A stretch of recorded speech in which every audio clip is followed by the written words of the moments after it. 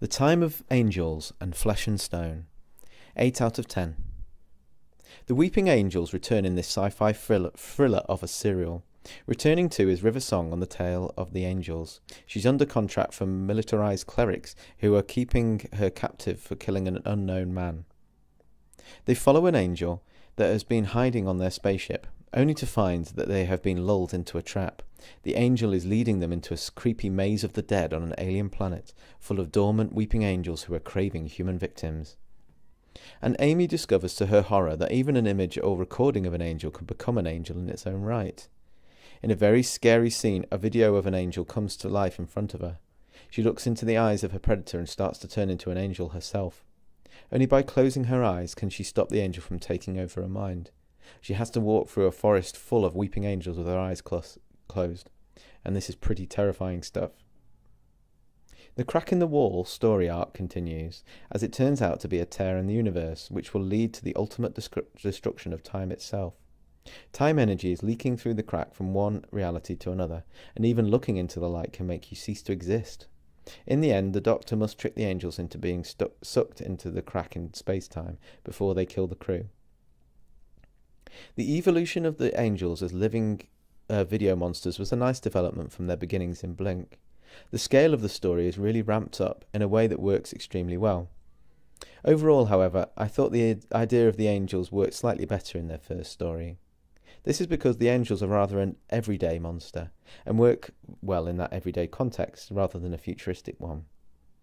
But having said that, I thought this was a thrilling story which worked as a kind of mixture between Aliens and The Grudge.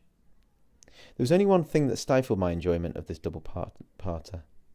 I'm sorry, I'm really sorry, but as much as I like Alex Kingston, as much as I like the way she makes women of a certain age sexy on TV again, which is a great thing, I'm just not a fan of River Song as a character.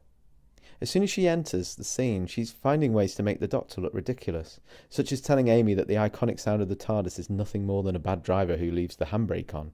Yeah, thanks for that. And I don't mean to sound prudish, but her constant flirting with the Doctor just feels too overtly sexual for Doctor Who, and detracts from the feel of the show.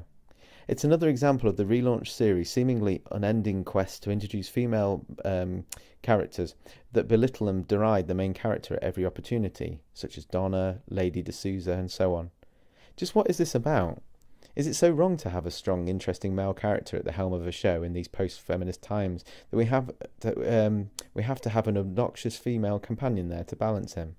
A kind of, yes, we know we have an intelligent guy here, but don't worry, the female character will always show that she is more capable, sort of thing. It's not that I'm chauvinistic or that I don't like strong female characters in the show. My favourite companions, Sarah Jane, Leela and Ace, could all certainly give River a run for her money. But it's the way that the series is almost embarrassed of having a male character as its lead, and has to find a way of diluting the power of this character by making proto-feminist points at every juncture. Even Amy, who I do like, is getting in on the action, showing her true feelings for the Doctor and throwing herself at him at the end. He resists, insisting that he is a Gandalf in space. I thought this was a really nice touch, making me think more of how Hartnell reminded me of a mixture between the wizard himself and Yoda from Star Wars, and this sits much more comfortably in my head than the Doctor Who sex symbol thing that has been examined in Tennant's time. Anyway, rant over. This is a superb suspense that is really one of the highlights of the series so far, and definitely worth a watch, in spite of my misgivings with some of the characters in it.